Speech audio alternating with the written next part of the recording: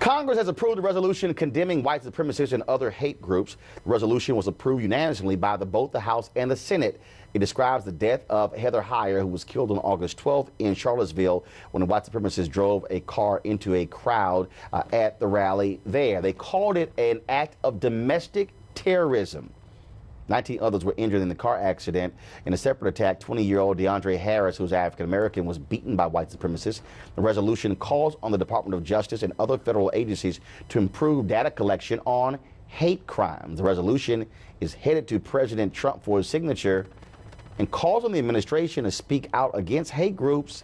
But why is it that the White House yesterday would not say if Trump would sign it? That brings me up to another story. Let's talk about ESPN's Jemele Hill, because this ties in with that. Yesterday on Twitter, she was engaged in a back and forth with a number of different people, and she actually posted this. Donald Trump is a white supremacist who has largely surrounded himself with other white supremacists. Now, Hill's comments about Trump followed a post in which she reacted to an article about rocker Kid Rock attacking the media and extreme left for trying to label him a racist. Hill didn't mince words about her feelings toward Trump or the impact she thinks he's had on the nation. She tweeted, "Trump is the most ignorant, offensive president of my lifetime. His rise is the direct result of white supremacy, period. He has surrounded himself with white supremacists. No, they're not alt-right, and you want me to believe he isn't a white supremacist?" Now, Hill pointed to last month's violent white supremacist rally in Charlottesville as an example of how Trump has empowered America's white supremacists. Of course, ESPN reacted, saying they did have a conversation with her. They apologized. She did not. Many folks have come to her defense, including the likes of Reggie Miller and others who said, what did she say that was wrong? Of course, Fox News, they decided to get in the act, where Jesse Waters of Fox News said she should be making these comments because she has to understand her audience is largely white males. And then, of course, Tucker Carlson, he had to chime in as well. You know, two weasels who are afraid to actually have a debate with people like me because they really can't handle smart, educated black people, especially black men, when it comes to debate.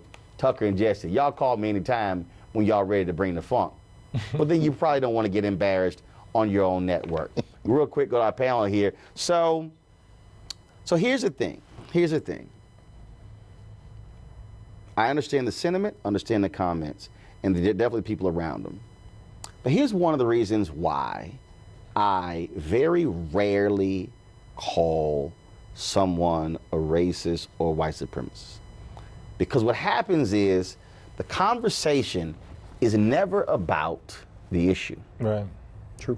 It's about the label. Right. So when Paula White comes out and says, I know for a fact Trump is not a racist. See, I'm not going to have a debate with you about whether Trump is a racist or not. Right. I'm going to say, I need you to explain why Jeff Sessions wanted to get out of the consent decree. Right. I need you to explain the Voter Fraud Commission and its impact on voter suppression. I need you to explain why Trump wants to, in his budget, wants to get rid of the minority offices when it comes to job development. Right. I need you to explain this and this and this and this. So I'm going to lay out the body of work. Right. I need you to explain that as it relates to affecting black people versus the word. Right. It's difficult, you know, because we see Ta-Nehisi Coates, the new article he just published in The Atlantic, Donald Trump, America's first white president.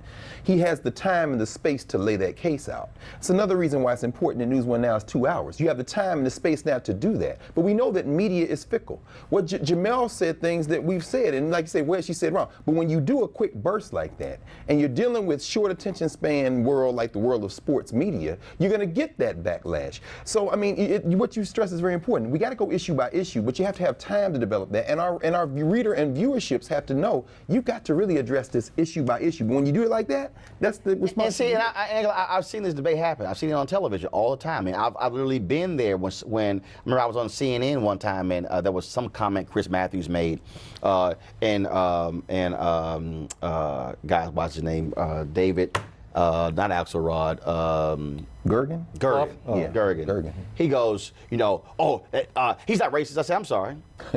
I didn't say he was. I said, plus, I'm not about to enter into that conversation because then that becomes the conversation as opposed to exactly what the issue is. And so my deal is, I don't have to call Trump a white supremacist, but I will say, why did you employ Sebastian Gorka? Why did you employ Steve Bannon, who said that Breitbart is the home of the alt-right? Why are you employing Stephen Miller, who Richard Spencer, the white supremacist, said was his role model at Duke?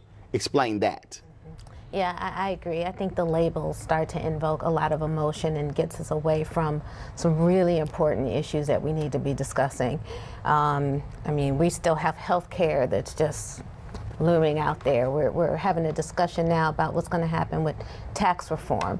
And I think that the labels, again, in a short period of time, distract from the major issues.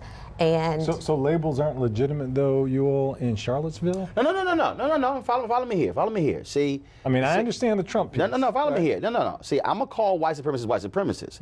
But what I'm saying is, when it becomes, whether political leaders, whether it comes media folks or whatever, what happens is we normally are debating what somebody said or did. Which what she was doing. Right. And That's then right. what happens is we say, the person is this. That's exactly right. So what happens is, if you disagree, you're not debating what they said the person has done. You start debating, well, how do you, like, for instance, like when I start saying Trump lies, people, they say, well, no, semantics mean, they would say, no, what it means is you can't call him a liar, because you have to know their intent. Right, that's a semantics type of debate.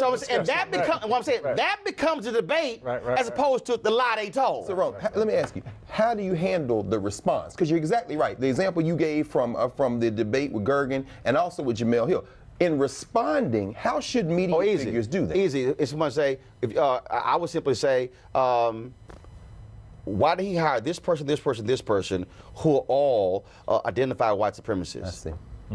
Yeah. So if that's not who you are and that's not what you like, why would you employ those individuals? There it is. Boom. See, so it's very simple. So if you say you're not anti-Semitic, why would you employ people who make anti-Semitic comments as it relates to folks who are Jewish? See, they can't get around that. Right. But see, the moment you hit them with the label, then they say, well, why are you calling them that? No. Here's what they've done. Nobody wants to debate what they've done. Good lesson. Right. They want to debate the label. Yes. And that's how I play the game. And so it's just, and that's why my deal is like, you ain't gonna catch me slipping. No question. No, it's just like, we gonna debate the issue, not your little label. Weekdays on TV One. I will never lie to you. Oh my God. Roland Martin. He doesn't want to talk to us. He wants to ignore us. Uncensored. Hell no. That ain't gonna cut it, boo. Unapologetic. No, that is fundamentally false. You are wrong. Unfiltered. He wants an America where we all look alike. He ain't talking about black people. Unrelenting. You better go work out, because you got a fight on your hands. NewsOne Now with Roland Martin. Weekdays at 7 a.m. on TV One.